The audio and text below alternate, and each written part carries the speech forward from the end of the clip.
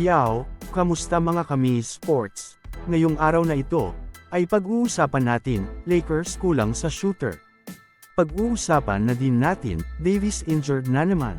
Ang Los Angeles Lakers nga ay kasalukuyang may 3 wins at 4 losses na kung saan, panalo na nga sila sana kanina kontra Miami Heat subalit hindi lamang na ipasok ni Cam Reddish ang game-winning shot.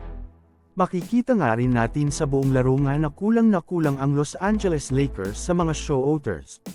Sobrang dami nga rin naging setup ni LeBron James sa kanyang mga kakampi, subalit hindi na makakonvert dito ang mga nalilibre niyang kakampi. Sa naging laban nga nila kontra Orlando Magic, isa sa kakulangan nila sa outside shooting ang naging sanhi ng kanilang pagkatalo. Kaya naman ayon nga sa mga NBA insiders na kung magpapatuloy nga ang pag-struggle ng Los Angeles Lakers sa kanilang outside shooting ay malaking problema ito para sa kanilang kupunan. Ano ang masasabi mo dito? Mag-comment lang.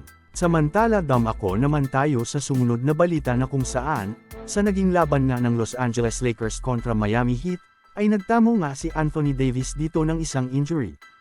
Kaya naman marami nga ang nababahala dahil malaking kawalan nga ito sa Los Angeles Lakers pagdating sa opensa at depensa, kaya naman kung mawawala pa nga ito sa lineup ng Los Angeles Lakers ngayong season o kahit sa mga ilang mga games lamang ay mahihirapan nga itong si LeBron James na buhatin ang kanilang kupunan. Nakita naman natin sa last 2 games ng Lakers na kahit kayod kalabaw na nga itong si LeBron James ay tila kinakapos pa rin ang Los Angeles Lakers.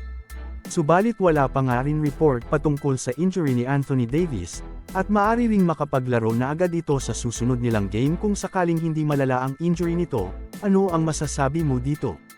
Mag-comment lang. So, ayon lamang ang ating mabilisang balita sa araw na ito, sana ay nag-enjoy ka. Huwag mo na ding kalimutang mag-subscribe bilang pagsuporta sa ating YouTube channel. Maraming salamat po.